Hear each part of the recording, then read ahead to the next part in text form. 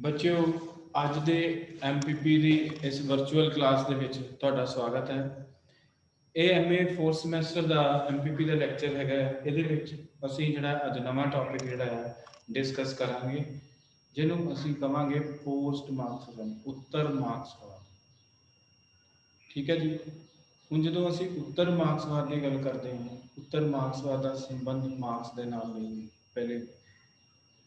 ਪਹਿਲਾ ਜਿਹੜਾ ਇਹਦਾ ਇੰਪੋਰਟੈਂਟ ਪੁਆਇੰਟ ਹੈ ਉਹ ਇਹ ਹੈ ਕਿ ਜਦੋਂ ਅਸੀਂ ਉੱਤਰ ਮਾਰਕਸਵਾਦ ਦੀ ਗੱਲ ਕਰਨੀ ਹੈ, ਉਹਦਾ ਸੰਬੰਧ ਮਾਰਕਸ ਦੇ ਨਾਲ ਨਹੀਂ ਹੈ ਜਾਂ ਮਾਰਕਸਵਾਦੀ ਵਿਚਾਰਧਾਰਾ ਦੇ ਨਾਲ ਨਹੀਂ ਹੈ। ਫਿਰ ਉਹਦਾ ਸੰਬੰਧ ਹੈ ਕਿਹਦੇ ਨਾਲ? ਜਾਂ ਉੱਤਰ ਜਿਹੜਾ ਮਾਰਕਸਵਾਦ ਹੈ ਉਹ ਹੈ ਕਿ ਉਹ ਵਿਸ਼ਵ ਦੇ ਧਰਾਤਲ ਉੱਤੇ ਉੱਤਰ ਮਾਰਕਸਵਾਦ ਕਿੱਦਾਂ ਆਇਆ, ਕਿਹੜੇ ਦਸ਼ਕ 'ਚ ਆਇਆ, ਕਿਹੜੇ ਕਾਰਨਾਂ ਕਰਕੇ ਆਇਆ।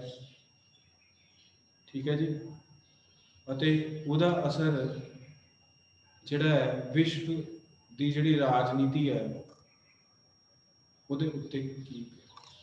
ਹੁਣ ਇੱਥੇ ਮੈਂ ਇੱਕ ਗੱਲ ਤੁਹਾਨੂੰ ਕਲੀਅਰ ਕਰਦਾ ਕਿ ਤੁਸੀਂ ਸਾਰੇ ਵਿਦਿਆਰਥੀ ਜਿਹੜੇ ਹੈ ਇੰਟਰਨੈਸ਼ਨਲ ਪੋਲਿਟਿਕਸ ਵੀ ਪੜ੍ਹਦੇ ਹੋ, ਇੰਟਰਨੈਸ਼ਨਲ ਪੋਲਿਟਿਕਸ ਦਾ ਪੇਪਰ ਵੀ ਦਾ ਵੀ ਅਧਿਐਨ ਤੁਸੀਂ ਗਹਿਨ ਰੂਪ ਦੇ ਵਿੱਚ ਜਿਹੜਾ ਹੈਗਾ ਕੀਤਾ ਹੈ। ਠੀਕ ਹੈ ਜੀ। ਗਿਆਨ ਰੂਪ ਦੇ ਵਿੱਚ ਤੁਸੀਂ ਜਿਹੜਾ ਇਹ ਅਧਿਐਨ ਕੀਤਾ ਔਰ ਇਸ ਅਧਿਐਨ ਦੇ ਵਿੱਚ ਜਿਹੜਾ ਇੰਟਰਨੈਸ਼ਨਲ ਪੋਲਿਟਿਕਸ ਦੀ ਜਦੋਂ ਗੱਲ ਹੁੰਦੀ ਹੈ, ਉਹ ਜਿਹੜਾ ਉੱਤਰ ਮਾਰਕਸਵਾਦੀ ਅਪਰੋਚ ਹੈ ਉਹ ਹੋਰ ਹੈ। ਜਦੋਂ ਅਸੀਂ ਥਿਊਰੀ ਤੇ ਪੋਲੀਟੀਕਲ ਫਿਲਾਸਫੀ 'ਚ ਗੱਲ ਕਰਦੇ ਹਾਂ ਜਾਂ ਅਸੀਂ ਸੋਸ਼ੀਓਲੋਜੀ 'ਚ ਗੱਲ ਕਰਦੇ ਹਾਂ, ਉਹ ਅਪਰੋਚ ਜਿਹੜੀ ਹੈ ਸੋ ਜਿਹੜਾ ਦੂਸਰਾ ਉਹ ਇੰਪੋਰਟੈਂਟ ਪੁਆਇੰਟ ਹੈ ਉੱਤਰ ਮਾਰਕਸਵਾਦ ਦਾ, ਉਹ ਇਹ ਹੈ ਕਿ ਇਹ ਜਿਹੜਾ ਕਲਾਸੀਕਲ ਲਿਬਰਲਿਜ਼ਮ ਸੀਗਾ ਉਹਨੂੰ ਰਿਜੈਕਟ ਕਰਦਾ। ਮਾਰਕਸ ਦੁਆਰਾ ਜਿਹੜੀ ਗੱਲ ਕੀਤੀ ਗਈ ਸੀ ਦੋ ਵਰਗਾਂ ਦੀ, ਸਮਾਜ ਦੇ ਵਿੱਚ ਦੋ ਵਰਗਾਂ 'ਚ ਵਿਭਾਜਨ, ਇੱਕ ਵਰਗ ਸ਼ੋਸ਼ਣ ਕਰੂਗਾ, ਦੂਜੇ ਤੇ ਸ਼ੋਸ਼ਣ ਹੋਊਗਾ, ਉਸ ਗੱਲ ਨੂੰ ਵੀ ਜਿਹੜਾ ਉੱਤਰ ਮਾਰਕਸਵਾਦ ਹੈ। ਠੀਕ ਹੈ ਜੀ। ਉੱਤਰ ਮਾਰਕਸਵਾਦ class division, historical materialism, dialectic materialism ਔਰ ਜਿਹੜਾ dictatorship of proletariat, classless and stateless society and withering away of state, ਇਹ ਕੁਝ ਮੁੱਖ ਵਿਸ਼ੇਸ਼ਤਾਵਾਂ ਸੀਗੀਆਂ ਮਾਰਕਸਵਾਦ ਦੀਆਂ। ਇਹਨਾਂ ਨੂੰ ਵੀ ਉੱਤਰ ਮਾਰਕਸਵਾਦ। ਹੁਣ ਉੱਤਰ ਮਾਰਕਸਵਾਦ ਹੈ ਕੀ? ਉੱਤਰ ਮਾਰਕਸਵਾਦ 1970 ਅਤੇ 80 ਦੇ ਦਸ਼ਕ ਦੇ ਵਿੱਚ ਆਈ ਹੋਈ ਆ ਇੱਕ ਟ੍ਰੈਂਡ, ਆਈ ਹੋਈ ਇੱਕ ਪ੍ਰਵਿਰਤੀ ਜਾਂ ਵਿਚਾਰਧਾਰਾ ਜਿਹਨੇ ਮਾਰਕਸਵਾਦੀ ਜਿਹੜਾ ਵਿਚਾਰ ਸੀਗਾ ਕਿ ਇਕਨੋਮਿਕ ਜਿਹੜੀ ਫੋਰਸ ਹੈ ਜਾਂ ਜਿਹੜੀ ਇਕਨੋਮਿਕ ਫੋਰਸਿਸ ਹੈ ਉਹ ਹਿਸਟਰੀ ਨੂੰ ਵੀ ਡਿਟਰਮਿਨ ਕਰਦੀਆਂ, ਉਹ ਸਾਰੀ ਚੀਜ਼ ਨੂੰ ਡਿਟਰਮਿਨ ਕਰਦੀਆਂ। ਠੀਕ ਹੈ। ਉਹਨੂੰ ਵੀ ਉੱਤਰ ਮਾਰਕਸਵਾਦ ਰਿਜੈਕਟ ਕਰਦਾ। ਸੋ ਇਹਦਾ ਜਨਮਦਾਤਾ ਦੋ ਵਿਚਾਰਕ ਹੋਏ ਹੈ, ਚਾਰਟ ਕਾਲਫੇ ਔਰ ਅਰਨਸਟ ਲਗਾਓ। ਉਹਨਾਂ ਨੇ ਇਸ ਵਿਚਾਰਧਾਰਾ ਨੂੰ ਜਿਹੜਾ ਸੀਗਾ ਜਨਮ ਦਿੱਤਾ। ਠੀਕ ਹੈ। ਹੁਣ ਮੈਂ ਇੱਥੇ ਤੁਹਾਡੇ ਨਾਲ ਇੱਕ ਜਿਹੜਾ ਹੈ ਡਾਕੂਮੈਂਟ ਜਿਹੜਾ ਹੈ ਸ਼ੇਅਰ ਕਰਨ ਲੱਗਾ ਵਿਦਿਆਰਥੀਆਂ ਦੇ ਨਾਲ। ਠੀਕ ਹੈ। ਇਹ ਡਾਕੂਮੈਂਟ ਜਿਹੜਾ ਹੈ ਉਹ ਉੱਤਰ ਮਾਰਕਸਵਾਦ ਦੇ ਨਾਲ ਸੰਬੰਧਿਤ। ਠੀਕ ਹੈ ਜੀ। ਹੁਣ ਮੈਂ ਆਪਣਾ ਜਿਹੜਾ ਹੈਗਾ ਵੀਡੀਓ ਆਫ ਕਰ ਦਿੰਦਾ। ਹੁਣ ਇਹਨੂੰ ਮੈਂ ਪਲੇ ਕਰਦਾ, ਥੋੜਾ ਜਿਹਾ ਵੱਡਾ ਹੋ ਜਾਏਗਾ। ਠੀਕ ਹੈ ਜੀ। ਇੱਥੇ ਲਿਖਿਆ ਹੋਇਆ ਜੀ ਹੁਣ ਉੱਤਰ ਮਾਰਕਸਵਾਦ ਹੈ ਕੀ? ਉਹ ਕਹਿੰਦਾ ਜੀ political Marxism, post Marxism is a trend in political philosophy. ਰਾਜਨੀਤਿਕ ਦਰਸ਼ਨ ਦੇ ਵਿੱਚ ਇਹ ਇੱਕ ਬਹੁਤ ਵੱਡੀ ਪ੍ਰਵਿਰਤੀ ਹੈ। ਕਿਹਦੇ ਵਿੱਚ? ਰਾਜਨੀਤਿਕ ਦਰਸ਼ਨ 'ਚ ਅਤੇ ਸਮਾਜਿਕ ਸਿਧਾਂਤ ਦੇ ਵਿੱਚ। ਠੀਕ ਹੈ। ਜਿਹੜੀ ਮੈਂ ਤੁਹਾਨੂੰ ਗੱਲ ਕੀਤੀ ਪਹਿਲੇ ਵੀ ਮੈਂ ਦੱਸ ਚੁੱਕਾ ਹਾਂ ਕਿ ਕਾਲ ਐਂਡ ਵਿਚ deconstructs Karl Marx writings and Marxism, ਮਤਲਬ ਇਹਨੇ ਜਿਹੜੇ ਕਾਰਲ ਮਾਰਕਸ ਦੁਆਰਾ ਗੱਲ ਕੀਤੀ ਗਈ समाजवाद की या होर चीज़ों की उन्होंने ये रिजेक्ट करता। ठीक है जी। दूसरी गल ये जिहड़ा उत्तर मार्क्सवाद है ये इस गल दे विच भी विश्वास करता है कि जिहड़ी स्टेट है वो इंस्ट्रूमेंट नहीं है, वो क्लास इंस्ट्रूमेंट नहीं है, वो वर्ग द्वारा संचालित संस्था नहीं है या वर्ग हितों की पूर्ति वास्ते संस्था नहीं है। ठीक है जी। ये संस्था नहीं है कोई। ठीक है कि जिहदे विच मतलब स्टेट नूं इंस्ट्रूमेंट नहीं मानता। जिहड़ा स्टेट जिहड़ी है हुण देखो जी एक होर कंसैप्ट हैगा है मार्क्सवाद दे विच जिहनूं असीं कल नव उदारवाद कीता सीगा। एक होर कंसैप्ट हैगा है उहनूं आपां कहंदे नव मार्क्सवाद। ਉਹਦੇ ਨਾਲ ਅਸੀਂ ਇਹਨੂੰ ਕਨਫਿਊਜ਼ ਨਹੀਂ ਕਰਨਾ, ਉਹਦੇ ਨਾਲ ਅਸੀਂ ਇਹਨੂੰ ਬਿਲਕੁਲ ਜਿਹੜਾ ਹੈਗਾ ਹੈ ਕਨਫਿਊਜ਼ ਨਹੀਂ ਕਰਨਾ, ਕਿਉਂਕਿ ਉਹ ਜਿਹੜੀ ਵਿਚਾਰਧਾਰਾ ਹੈਗੀ ਹੈ ਜਾਂ ਉਹ ਜਿਹੜਾ ਵਿਚਾਰ ਹੈ ਉਹ ਮਾਰਕਸਵਾਦੀ ਵਿਚਾਰਧਾਰਾ ਦੇ ਕੁਝ ਜਿਹੜੇ ਪੁਆਇੰਟਸ ਹੈ ਉਹਨਾਂ ਦਾ ਸਮਰਥਨ ਕਰਦਾ। ਜਿਹੜੇ ਪੁਆਇੰਟਸ ਮੈਂ ਪਹਿਲੇ ਜਿਹੜੇ ਕਹੇ। ਠੀਕ ਹੈ ਜੀ। ਹੁਣ ਜਿਹੜਾ ਪੋਸਟ ਮਾਰਕਸਿਜ਼ਮ ਹੈ ਉਹ ਜਿਹੜਾ ਗ੍ਰੈਂਡ ਨੈਰੇਟਿਵ ਹੈ, ਜਿਹੜਾ ਇੱਕ ਥਿਊਰੀ ਹੈਗੀ ਹੈ ਆਪਣੇ ਮੈਟਾ ਨੈਰੇਟਿਵ ਅਸੀਂ ਕਹਿੰਦੇ ਜਿਹੜੇ ਵਰਤਾਂਤ, ਜਿਹੜੀ ਚੀਜ਼ ਕਹਾਣੀਆਂ ਦੇ ਵਿੱਚ ਜਿਹੜੀ ਹੈ ਕਹਾਣੀਆਂ ਦੁਆਰਾ ਦੱਸੀ ਗਈ। ਹੁਣ ਜਿਹੜੇ ਪੁਰਾਣੇ ਜਿਹੜੇ ਵਰਤਾਂਤ ਸੀਗੇ, ਜੇ ਪੁਰਾਣੀਆਂ ਵੱਡੀਆਂ ਵੱਡੀਆਂ ਕਹਾਣੀਆਂ ਸੀਗੀਆਂ ਜਿਹਨੂੰ ਗ੍ਰੈਂਡ ਨੈਰੇਟਿਵ ਕਿਹਾ ਗਿਆ, ਮੈਟਾ ਨੈਰੇਟਿਵ ਕਿਹਾ ਗਿਆ, ਉਹਨੂੰ ਇਹ ਰਿਜੈਕਟ ਕਰ। ਠੀਕ ਹੈ ਜੀ। ਉਹਨੂੰ ਜਿਹੜੀ ਇਹ ਥਿਊਰੀ ਹੈਗੀ ਹੈ ਉਹ ਰਿਜੈਕਟ ਕਰਦਾ ਹੈ। ਹੁਣ ਇੱਥੇ ਥੱਲੇ ਆਓ, ਇਹਦਾ ਇਤਿਹਾਸ ਦਿੱਤਾ ਹੋਇਆ। ਉਹ ਕਹਿੰਦਾ ਜੀ post Marxism dates from late 1960s and several trends in the events that period influenced the development। ਹੁਣ post Marxism ਦੀ ਉਤਪत्ति ਜਿਹੜੀ ਸੀਗੀ ਕਿਉਂ ਹੋਈ? post Marxism ਦੀ ਉਤਪत्ति ਦੇ ਪਿੱਛੇ ਜਿਹੜੇ ਮੁੱਖ ਕਾਰਨ ਸੀਗੇ, ਉਹਨਾਂ ਮੁੱਖ ਕਾਰਨਾਂ ਦੇ ਵਿੱਚ ਜਿਹੜਾ ਇੰਪੋਰਟੈਂਟ ਕਾਰਨ ਸੀਗਾ ਉਹ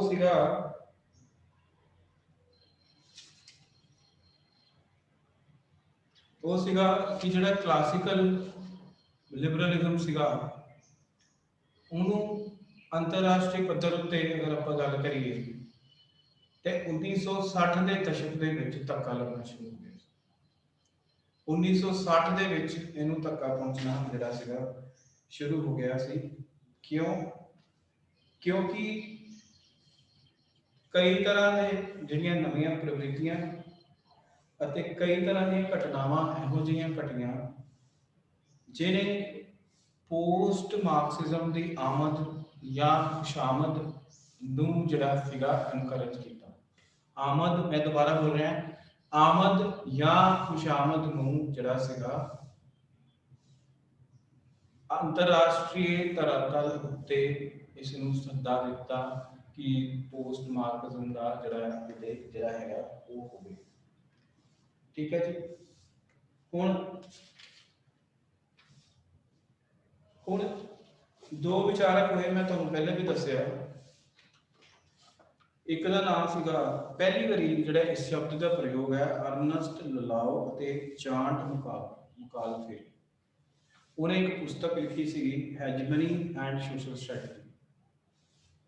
ਉਹਦੇ ਵਿੱਚ ਇਹ ਦੋਨੋਂ ਵਿਚਾਰਕ ਜਦੋਂ ਖੱਬੇ ਪੱਖੀ ਵਿਚਾਰਧਾਰਾ ਦੀ ਗੱਲ ਕਰਦੇ ਨੇ ਤਾਂ ਉਹਦੇ ਵਿੱਚ ਪੋਸਟ ਮਾਰਕਸਿਜ਼ਮ ਜਾਂ ਜਿਹੜਾ ਉੱਤਰ ਮਾਰਕਸਵਾਦ ਦੀ ਗੱਲ ਕਰਦੇ ਹੈ। ਠੀਕ ਹੈ ਜੀ। ਅਗਰ ਦਾਰਸ਼ਨਿਕ ਪੱਖ ਤੋਂ ਦੇਖਿਆ ਜਾਵੇ ਇਹ ਜਿਹੜੀ ਵਿਚਾਰਧਾਰਾ ਸੀਗੀ ਜਾਂ ਇਹ ਜਿਹੜੀ ਪ੍ਰਵਿਰਤੀ ਸੀਗੀ ਇਹ ਜਿਹੜਾ ਉਪਯੋਗਿਤਾਵਾਦ ਹੈ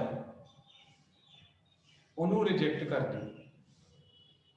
ਜਿਹੜੀਆਂ ਉਪਯੋਗਿਤਾਵਾਦ ਦੀਆਂ ਜਿਹੜੀਆਂ ਵਿਸ਼ੇਸ਼ਤਾਵਾਂ ਸੀ ਉਹਦੇ ਵਿੱਚ ਵਿਸ਼ਵਾਸ ਨਹੀਂ ਕਰਦੀ। ਹੁਣ ਉਪਯੋਗਿਤਾਵਾਦ ਕੀ ਹੁੰਦਾ? ਤੁਹਾਨੂੰ ਸੁਣੋ ਧਿਆਨ ਨਾਲ। ਇਸ ਦੀ view that objects have a set of attributes necessary for their identity। ਹੁਣ ਇਹਦਾ ਕੀ ਅਰਥ ਹੋਇਆ? ਇਹਦਾ ਸਿੰਪਲ ਭਾਸ਼ਾ ਦੇ ਵਿੱਚ ਅਰਥ ਹੋਇਆ कि ਜਿਹੜੀਆਂ ਚੀਜ਼ਾਂ ਹੁੰਦੀਆਂ ਉਹਨਾਂ ਦੀ ਜਿਹੜੀ ਪਹਿਚਾਨ ਹੈ ਉਹ ਕਿਸ ਚੀਜ਼ ਨਾਲ ਹੁੰਦੀ ਹੈ। ਜਿਹੜੀਆਂ ਚੀਜ਼ਾਂ ਹੁੰਦੀਆਂ ਹੈ ਉਹਨਾਂ ਦੀ ਪਹਿਚਾਨ ਜਿਹੜੀ ਹੈ ਕਿਸ ਚੀਜ਼ ਨਾਲ ਹੁੰਦੀ ਹੈ। ਉਹਨਾਂ ਦੀ ਪਹਿਚਾਨ ਐਟਰੀਬਿਊਟਸ ਨਾਲ ਹੁੰਦੀ ਹੈ। मतलब उन्होंने विशेषताएं सानू किहदे तो पता लगदियां चीज़ों दी विशेषताएं कि अगर उन्होंने असीं पहचान करनी है वो पहचान किद्दां होनी है फीचर्स के नाल जिद्दां मान लो तुसीं अपनी पहचान करनी तुहाडी पहचान वास्ते जिहड़ा है तुहाडे घरदियां ने तुहाडा नाम रखिया होया ठीक है। जे कॉलेज वाले ने तुहाडी पहचान करनी है उहदे च एट्रीब्यूट इंपॉर्टेंट एट्रीब्यूट की है क्लास के रोल नंबर क्लास ते रोल नंबर तो जी है थोड़ी जी हैगी है पहचान जी है वो बनती ठीक है। सो जिहड़ा उपयोगितावाद सीगा जिन्होंने एसेंशियलिज्म कहते हैं असीं उहदा जिहड़ा जुड़ाव है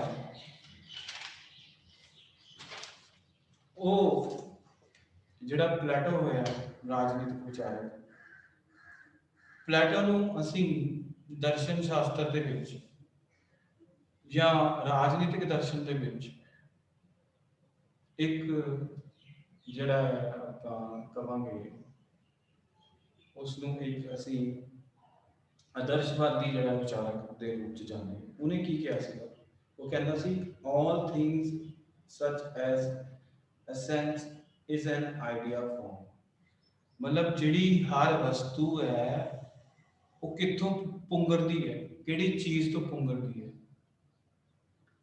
हर चीज़ एक सोच तो पुंगरदी है वो जिहड़ी सोच है वो तो पुंगरदी है अते उस सोच दियां वख-वख जिहड़ियां कैटेगरीज होंदियां किस्मां होंदियां उसनूं जिहड़ा प्लेटो है वो उपयोगितावाद कहंदा है।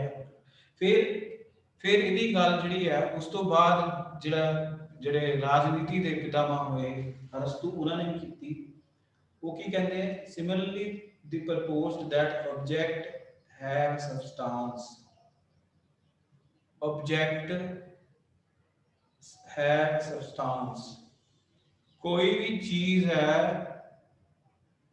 उहदा एक उद्देश्य हुंदा है।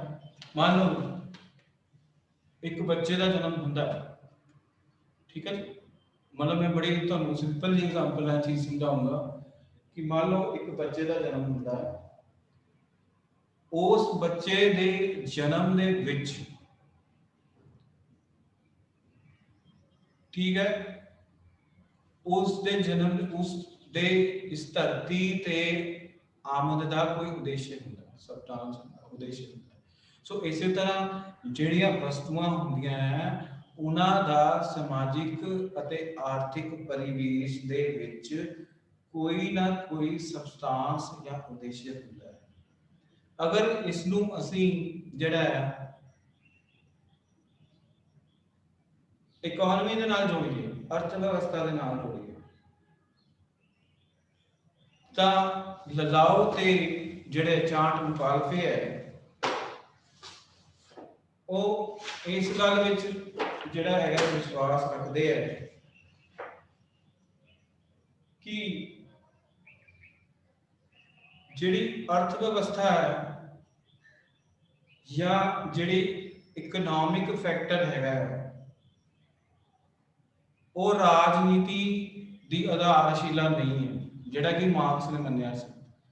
मार्क्स ने आर्थिक तत्व नूं या इकोनॉमी नूं या इकनॉमिक फोर्सेस नूं की मन्निया सीगा राजनीति दा स्रोत मन्निया सी जिस नूं पोस्ट मार्क्सिज्म रिजेक्ट कर रहा है जिसनूं जिहड़ा है उत्तर मार्क्सवाद जिहदी आलोचना करता है और इसनूं टोटली जिहड़ा है रिजेक्ट करता है ठीक है जी।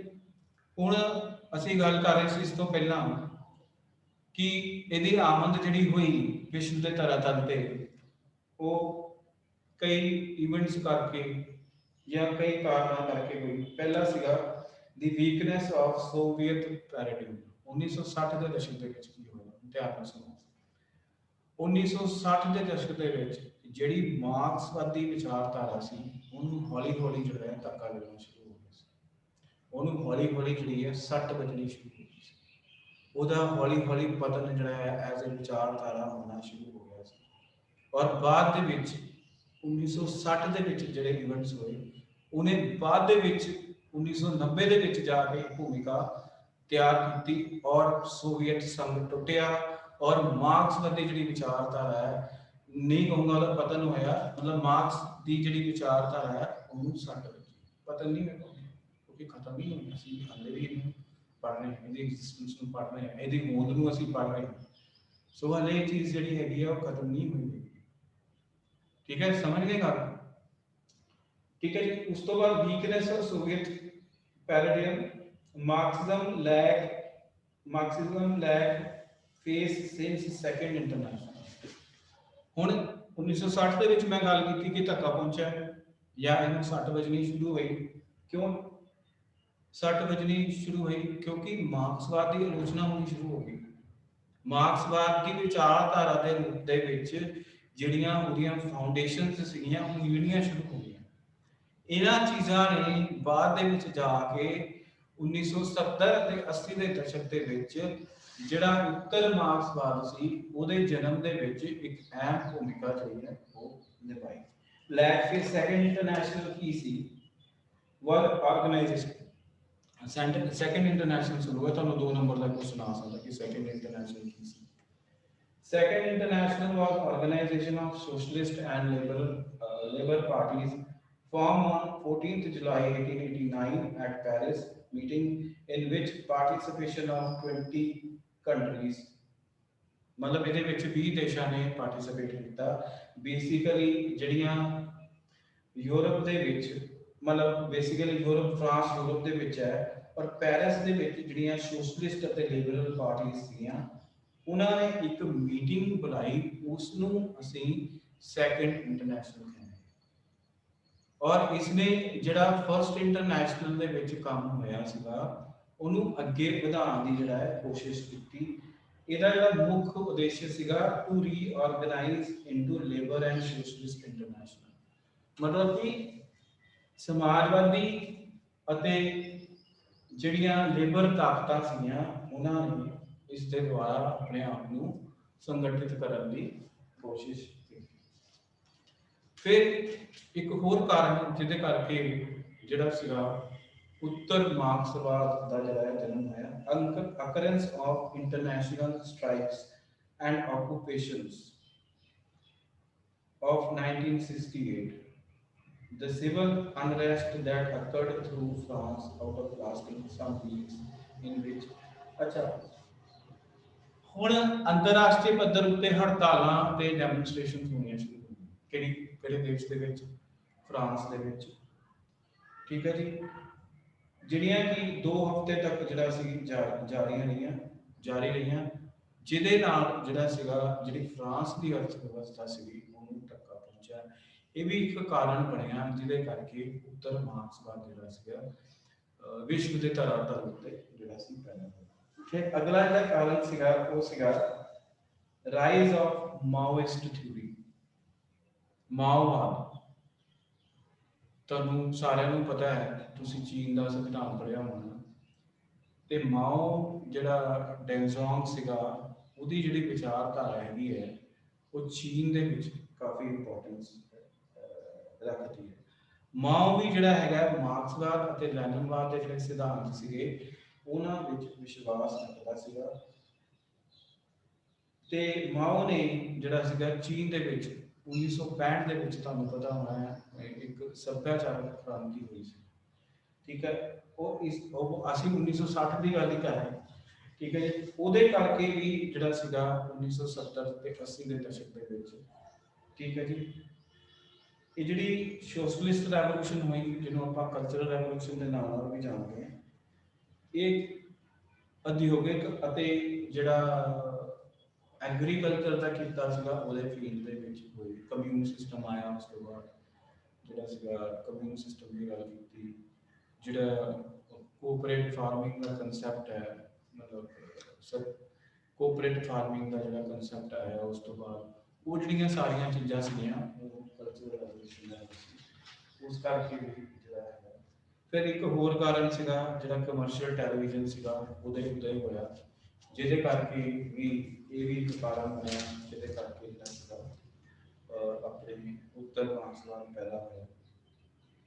ਫਿਰ 1970 ਦੇ ਵਿੱਚ ਠੀਕ ਹੈ ਜੀ, ਜਿਹੜੇ ਲਲਾਓ ਅਤੇ ਮੁਖਾਲਫੇ ਸੀਗੇ ਉਹਨਾਂ ਨੇ ਆਪਣੇ ਨਿਰਸਤੀਕਰਨ ਨੂੰ ਲੈ ਕੇ ਜਾਂ ਵਿਸ਼ਵ ਦੇ ਵਿੱਚ ਉਸ ਵੇਲੇ ਜਿਹੜੇ ਹੋਰ ਮਸਲੇ ਚੱਲ ਰਹੇ ਸੀ ਅੰਤਰਰਾਸ਼ਟਰੀ ਪੱਧਰ ਉੱਤੇ ਉਹਨਾਂ ਨੂੰ ਲੈ ਕੇ ਆਪਣੇ ਜਿਹੜੇ ਆ ਵਿਚਾਰ ਜਿਹੜੇ ਆ ਪ੍ਰਗਟ ਕੀਤੇ।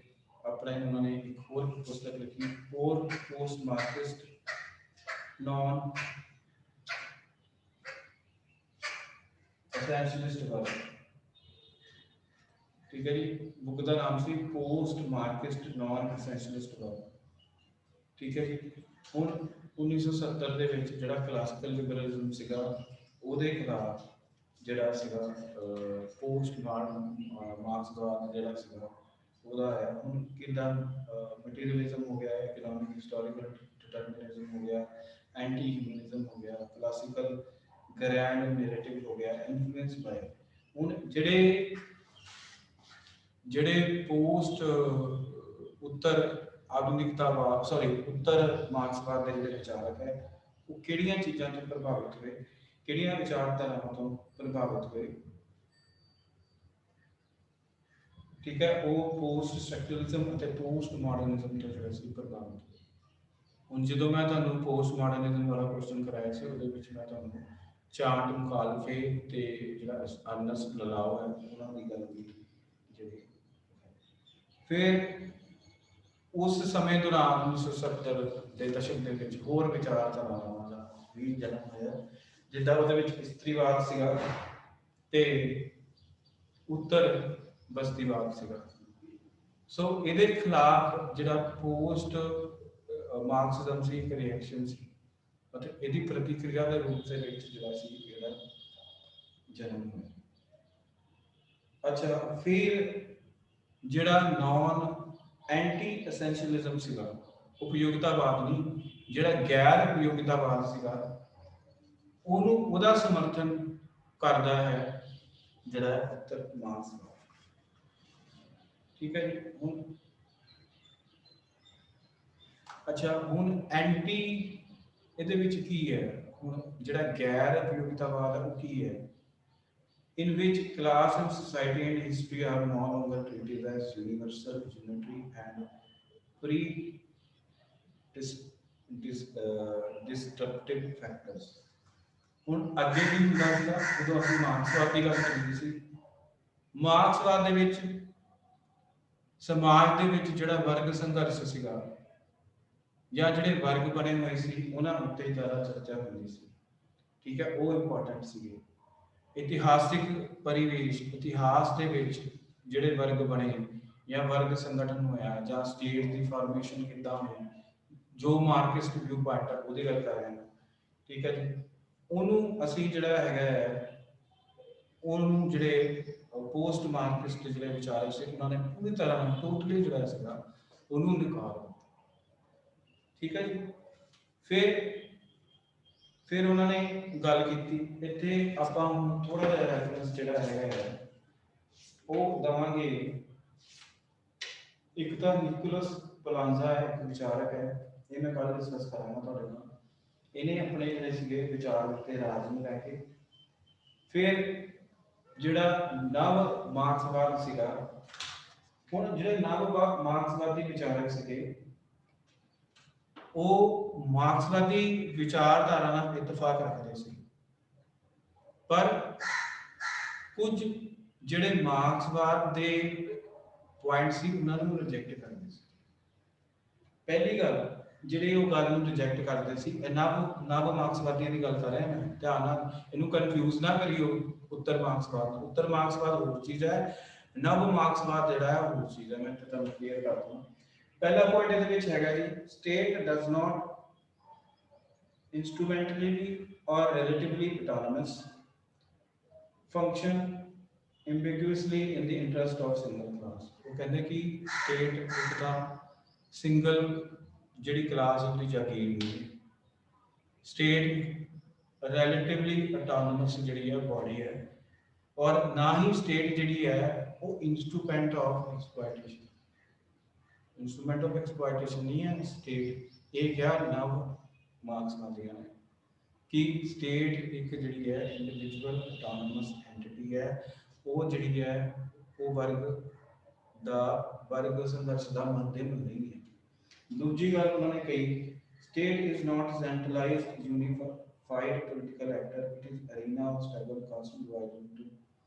ठीक है जी, स्टेट दे विच जिहड़े होर ग्रुप्स है या जिहड़े होर वर्ग है इस गल दे नाल उत्तर मार्क्सवादी भी इतफाक रखते हैं कि स्टेट दे विच जिहड़ी क्लासिस हैगियां है इकोनॉमिक नहीं है।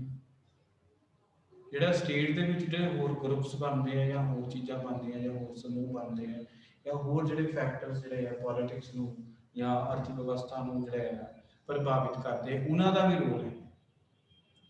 फिर जिहड़ा पोस्ट मार्क्सिज्म है वो जिहड़ा एंटोनियो ग्राम्स्की का हैजमनी का कंसैप्ट है उसका समर्थन जिहड़ा है अर्नस्ट ललाओ ते जिहड़ा छांट मुकालफे है उन्हें भी किया। सुपर स्ट्रक्चर की गल कर रहे, ठीक है, जिहड़े नव उदारवादी विचारक है सुपर स्ट्रक्चर नहीं मानते, स्टेट में सुपर स्ट्रक्चर मानते हैं, इकोनॉमिक टर्म्स नहीं मानते कि मतलब स्टेट नूं वो एक तरह की रिकनसाइलेशन जिहड़ी है एजेंसी है जिहड़ी है वो। और दूसरी गल जिहड़ा चौथा पॉइंट है the state can not overcome the will and not with the will. जिहड़ी इंपॉर्टेंट गल है जिहड़ी मार्क्स ने कही सी कि रेवोल्यूशन होएगी उहदे द्वारा जिहड़ा है सोशल चेंज आऊगा ते हौली हौली जिहड़ा है क्लासलैस एंड स्टेटलैस सोसाइटी जिहड़ी मतलब राज्य रहित ते वर्ग रहित समाज की जिहड़ी संरचना होगी तो स्टेट और क्लास जिहड़ी खत्म हो। ये होया ना अंदोलन होया ना अंदोलन द्वारा सोशल चेंज आया। अगर आप रूसी क्रांति की गल करिए 1917 के विच, उस तो बाद जिन्नियां क्रांतियां हुई हैं, ठीक है, उहदे विच जिहड़ा है स्टेट तो खत्म नहीं हो, सगों स्टेट अज दे युग दे विच एक कह लो वैलफेयर इंस्टीट्यूशन का जिहड़ा काम करे, वैलफेयर संस्था का जिहड़ा काम करे स्टेट। सो ये सीगा मुख्य जिहड़ा सीगा विचार सीगे, ठीक है। कल वाले लैक्चर दे विच जिहड़ा कल दा लैक्चर होएगा उहदे विच मैं टॉपिक जिहड़ा खत्म कर दांगा। कल वाले टॉपिक दे विच असीं जिहड़ा पोस्ट मार्क्सिज्म दी जिहड़ी विशेषताएं हैं या होर जिहड़ियां कंसैप्ट्स हैगे खत्म जिहड़े कल नूं मतलब टॉपिक करना जिहड़ा कंक्लूड जिहड़ा होएगा। सो अज दी वर्चुअल क्लास लाउण दा तुहाडा धन्नवाद। मैं अज दा अपना लेक्चर जिहड़ा है इत्थे ही समाप्त करना। कल नूं ये टॉपिक भी खत्म हो जाएगा, उहदे नाल साडा जिहड़ा है तीसरा यूनिट खत्म हो जाएगा। फिर असीं परसों फ्राइडे नहीं हाँ फ्राइडे में असीं जिहड़ा उत्तर बस्तीवाद वाली विचारधारा करांगे, वो 2 दिन टॉपिक रहेगा। उस तो बाद अपना 4th यूनिट जिहड़ा है खत्म हो जाऊगा और सिर्फ फिर अपना जिहड़ा एक यूनिट रह जाएगा पहला वाला, वो फिर असीं जिहड़ा है 2-4 दिन ला के वो भी जिहड़ा है कर देवांगे। उहदे विच असीं शांतिवाद करना ते एनवायरमेंटलिज्म करना। इहदे च तुसीं जिहड़ा है एक क्वेश्चन का एक दोनों चो टॉपिक जिहड़ा पढ़ लियो, दोनों टॉपिक पढ़न दी जरूरत नहीं है, ठीक है, क्योंकि हर यूनिट से तुहानूं 2 क्वेश्चन आने, हर चैप्टर चों एक क्वेश्चन तुहानूं जिहड़ा है आना। तो इस करके जिहड़ा है उहदे उत्ते जिहड़ा तुसीं कंप्रोमाइज़ कर सकते हैं। जे आपां 7 ਤੋਂ 8 भी हाँ छोटे प्रश्नों के पक्ष तो जिहड़े है तुहानूं सारे चैप्टर जिहड़े है उन्हां दा जिहड़ा अध्ययन करना पएगा। Thank you once again for attending this virtual class of MA 4th semester.